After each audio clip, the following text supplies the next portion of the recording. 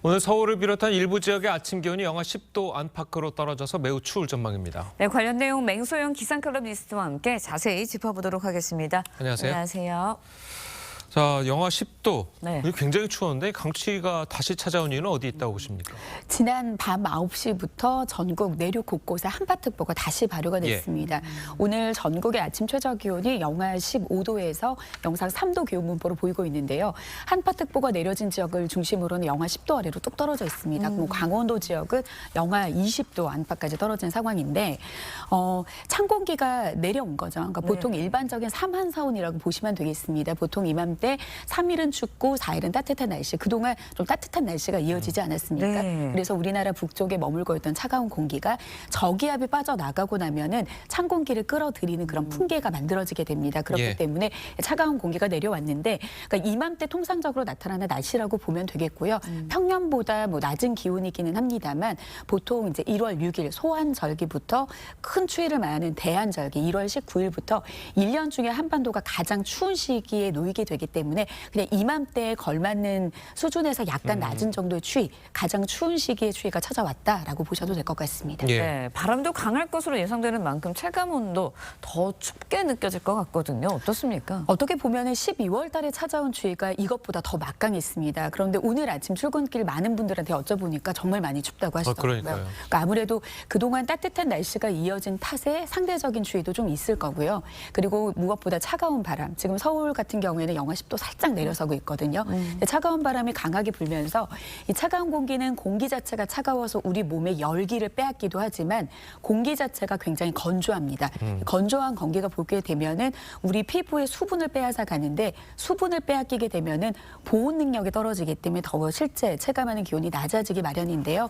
실제 차가운 공기가 한 초속 1에서 2m 정도 불게 될 경우에는 체감 온도가 많게는 5도 정도 낮게 떨어질 수가 있습니다. 예.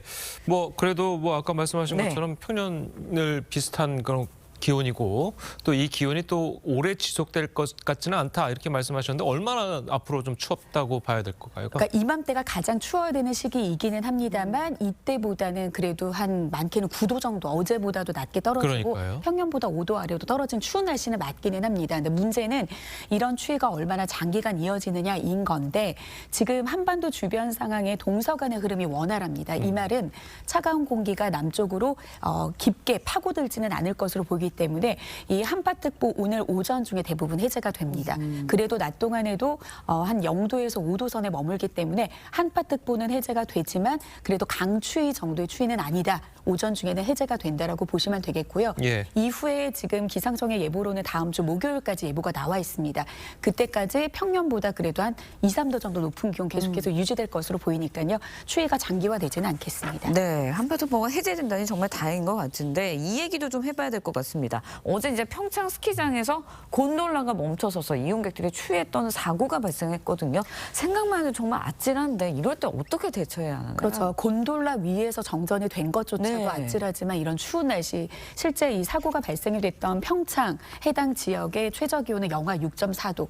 사실 강원도 치고는 그렇게 낮은 기온은 아니었으나 이 곳에서 부는 바람이 초속 한 4에서 5m 정도 바람, 실제 체감하는 온도가 영하 12도 아래로 떨어져 있는 상황이었습니다. 그러니까 이런 사고가 발생할 것을 좀 대비할 필요가 좀 있을 것으로 보이는데요. 이럴 경우에는 고립된 상황에서 좀 사람들이 옹기종기 붙어서 열교환을 하는 게 굉장히 중요하겠습니다. 그러니까 체온 유지가 가장 중요한데요. 그러니까 마치 남극에서 펭귄들이 옹기종기 모여 있는 이유가 서로의 열교환을 하기 위해서거든요. 네. 그래서 곤돌라 안에서도 좀 안에 모여 있고 그리고 계속해서 조금 종종 걸음이라든지 움직임을 통해서 열을 계속 발산하시는 게 좋겠고요. 이런 고립되어 있는 곤돌라가 아니라 우리 리프트 안에서도 리프트 위에서도 네. 고립될 수 있습니다.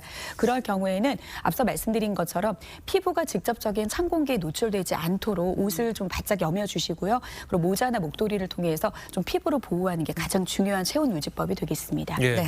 자, 지난 토요일 날 또 눈이 깜짝 놀라게 좀 많이 왔었잖아요. 그런데 또 눈이 온다고 그래 얼마나 올게 될까요?